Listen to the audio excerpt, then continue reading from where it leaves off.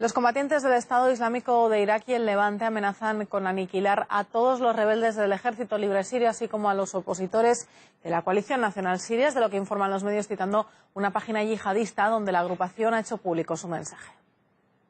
El grupo extremista precisó que cada miembro de estas organizaciones es un blanco legítimo para ellos e instó a sus combatientes a que luchen contra ellos. La amenaza llega en medio de los fuertes enfrentamientos entre los extremistas del Estado Islámico de Irak y el Levante y otros rebeldes en Idlib y Alepo. En los últimos días, más de 270 insurgentes han muerto en ellos y mientras el opositor Observatorio Sirio para los Derechos Humanos informa de que los rebeldes que luchan contra Bashar al-Assad han tomado el control de un hospital en Alepo donde se encuentra la sede de los yihadistas.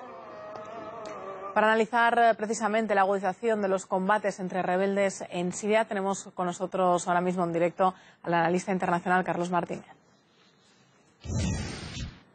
Hola Carlos, teniendo en cuenta estos últimos acontecimientos en Siria, parece que los insurgentes se dedican ahora más a luchar entre sí que a esa lucha contra las fuerzas gubernamentales, que era su objetivo original. ¿A qué se debe y en qué puede desembocar esta agudización de la lucha entre yihadistas vinculados con Al-Qaeda y las otras facciones rebeldes? Buenas tardes. Las luchas que estamos observando, que están desarrollando esta semana, ya no en el terreno ideológico, sino en el terreno militar entre las diferentes facciones de la oposición al gobierno de Siria, es una consecuencia inevitable de la propia naturaleza de la oposición siria. En la oposición siria hay grupos apoyados por Occidente, grupos apoyados también por la monarquía de Golfo, y luego hay grupos muy sectarios de Al-Qaeda, pero a su vez también divididos en dos grandes grupos terroristas. Uno es el Frente al-Nusra y otro es el que estamos hablando hoy, del Estado Islámico de Irak y Levante, que es son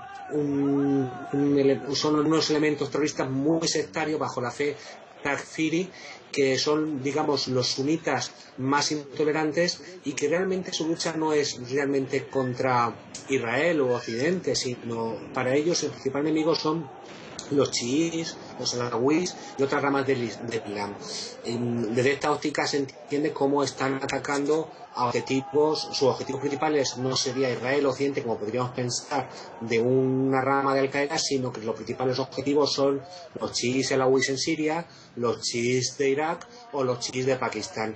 Y a su vez el Consejo Nacional Sirio, que podríamos pensar que es la oposición seria, que es apoyada por Occidente y apoyada por los países del Golfo, también, como veremos, está muy desestructurada y muy dividida frente a la próxima ronda de conversaciones de Ginebra II.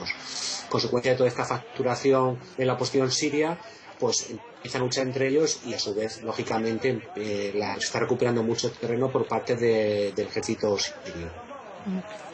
Carlos, llama la atención precisamente que la mayoría de los yihadistas que ahora combaten en Siria son extranjeros. ¿Cree usted que desde el inicio del conflicto estaban llegando a Siria para luchar contra el régimen o que desde el inicio también tenían otro tipo de intereses? Como he dicho antes, había muchos intereses. Había, de luego, los que han venido del extranjero, entre ellos de países occidentales, España, Inglaterra, Alemania, tienen intereses sectarios y sectarios, taquifides, salafistas, y intereses de aniquilar a personas que en el fondo profesan teóricamente la religión, el Islam.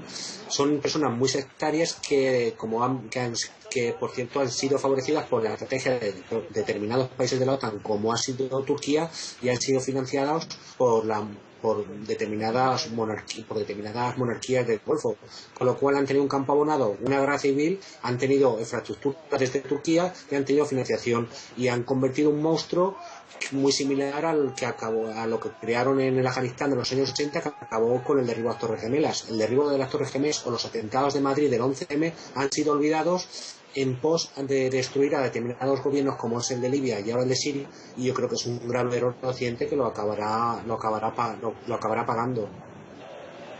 Pues Carlos, muchas gracias por haber estado con nosotros en directo en nuestro informativo. Era el analista internacional Carlos Martínez, que nos comentaba más detalles sobre esa profundización de los enfrentamientos entre rebeldes sirios y yihadistas.